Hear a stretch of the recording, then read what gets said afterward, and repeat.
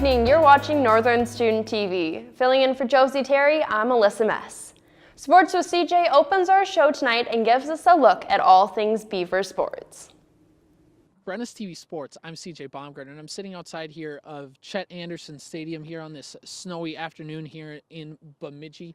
It's going to be pretty busy this weekend. BSU is going to host NCAA tournament games for the first time in program history. Augustana and Central Missouri are going to be playing at 11 a.m. on Friday. And the big game, that'll be starting at 2 o'clock here at the Chet. BSU will take on Minot State in a Beaver Bowl of sorts that's talked about with any sport. Obviously, playing Minot State, a conference opponent in the first round of the NCAA tournament, will be a kind of interesting game because the teams have played each other over the course of the season. BSU, of course, won in Minot 3-0 earlier in the season. And both games, obviously, as we said, are going to be at Bemidji. And if BSU and the winner of the game will play on Sunday, it'll be a busy weekend at the Chet this weekend. Obviously, the women's soccer NCAA tournament games are going to be going on Friday, but on Saturday, the BSU football team is going to hope to end their season on a high note against MSU. They played MSU Moorhead last weekend, but they have their final game of the regular season against Minot State in a Beaver Bowl of the football kind this time. And last week against MSU Moorhead, to get to that game, BSU did fall 31-26. They had a late comeback attempt after scoring a touchdown. They got the onside kick, but unfortunately, Alec Ogden on the very next play fumbled the ball. MSU Moorhead got the ball, ran out the clock, and not only did they win the game, they took over second place in the North Division of the NSIC above Bemidji and also knocked the Beavers out of bowl game contention. So, against Minot State in their final game of the season, they're going to have to hope on Senior Day to end the season on a high note and, of course, win the Beaver Bowl. It was an interesting season for BSU. Injuries have decimated. They had decimated their season. They had a very promising 5-1 start and then finished going 1-3 in their final 4 games, obviously hoping to have a win here on Saturday to kind of end the season going off on a high note. And then on Sunday, the madness continues here at the Chet as more women's soccer will be going on Sunday.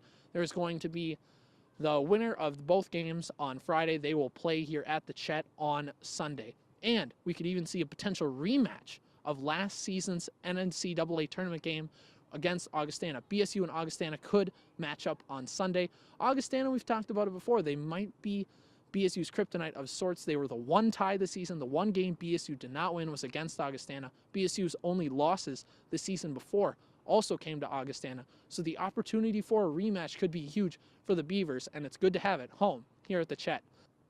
For NSTV Sports, I'm CJ Baumgartner, and we'll kick it back to you guys in the studio. Thank you, CJ. Jumping into what's happening on campus this week, we go to Tiffany Harris for BSU Weekly.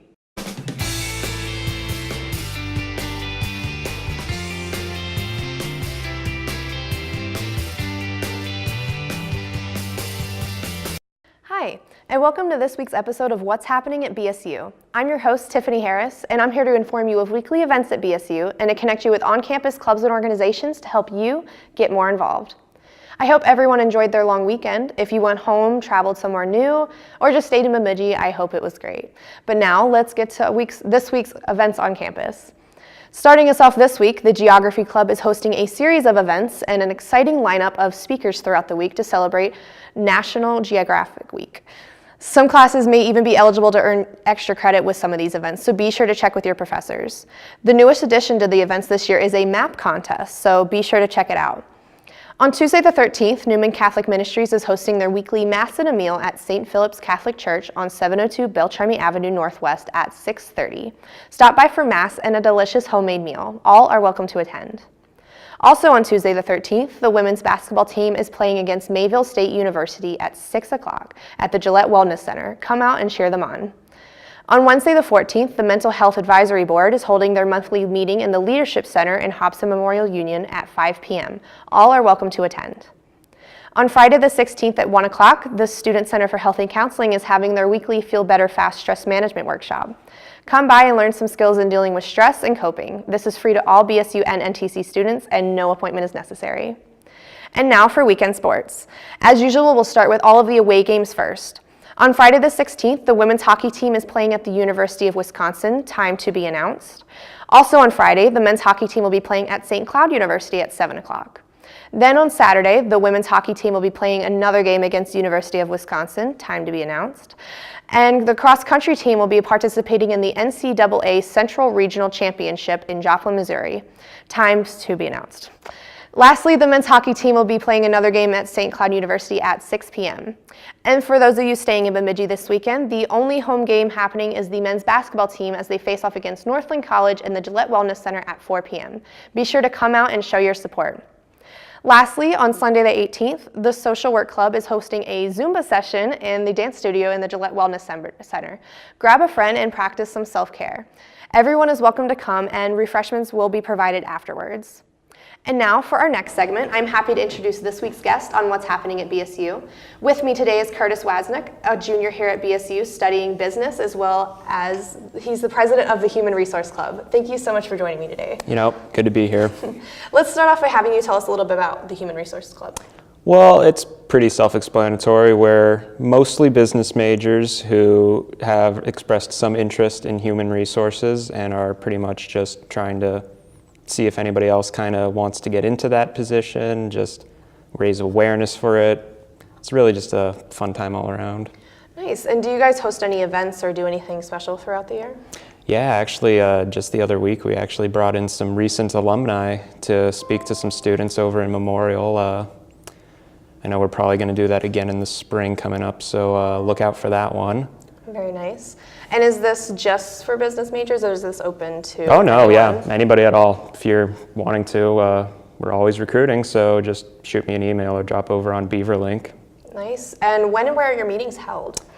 We don't really do too much in the way of actual meetings. We have some officer meetings usually once a month but other than that, the actual commitment for most members is pretty light. I mean, we do some volunteering stuff at like Sanford that you might be interested in, but other than that, not really much in the way of actual meetings. Gotcha. And you're the president of Yes. the club. So what made you want to join the Human Resources Club? Well, it looks really good on a resume. I'm just saying, looks really good. People really look at that sort of club stuff, you know. Also just gives you a free SHRM membership. That's Society of Human Resources Management. Basically helps you with networking, trying to find jobs in the human resources field. So normally that's like $120 about, so that's good savings for me as an officer to it. But if you're just a normal member, you can get that too if you just attend some of our volunteering events. Very nice. Well, thank you so much for sharing more about the Human Resources Club with us today. Well, thank you for having me. And if you have any more, or if you're interested in joining the club, like he said, shoot them an email or check them out on BeaverLink. Well, that concludes this week's episode. Thank you so much for tuning in. I'm Tiffany, and I'll see you next week on What's Happening at BSU.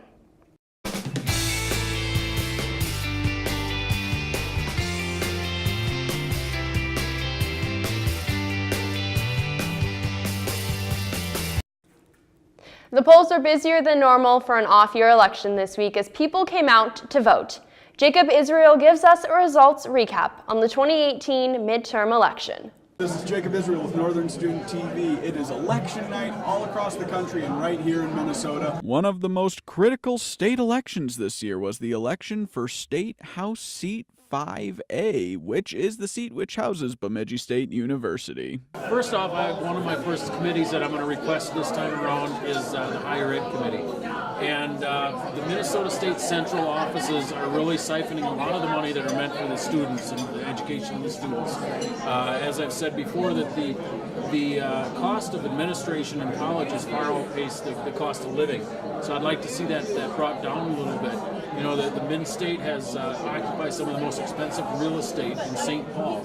We don't need them to be in there. They don't need to have as many people down there. We can maybe farm some of that out to the local colleges. With the race expected to be close, everyone has a plan for if they win. Increasing the subsidy for university students.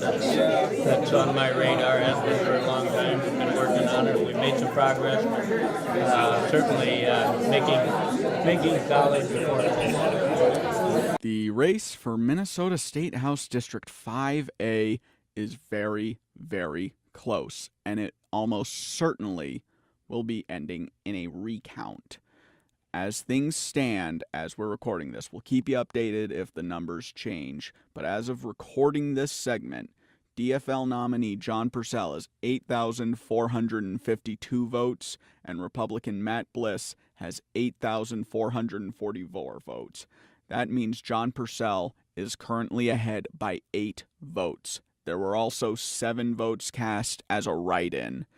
This is a very close election, and we will keep you updated. Bemidji Mayor Rita Albright won another term leading the city, defeating Joe Venny 58-41. Well, I'll continue to support the university as I always have through scholarships and Beaver Pride and engaging students in discussions about how to make Bemidji better.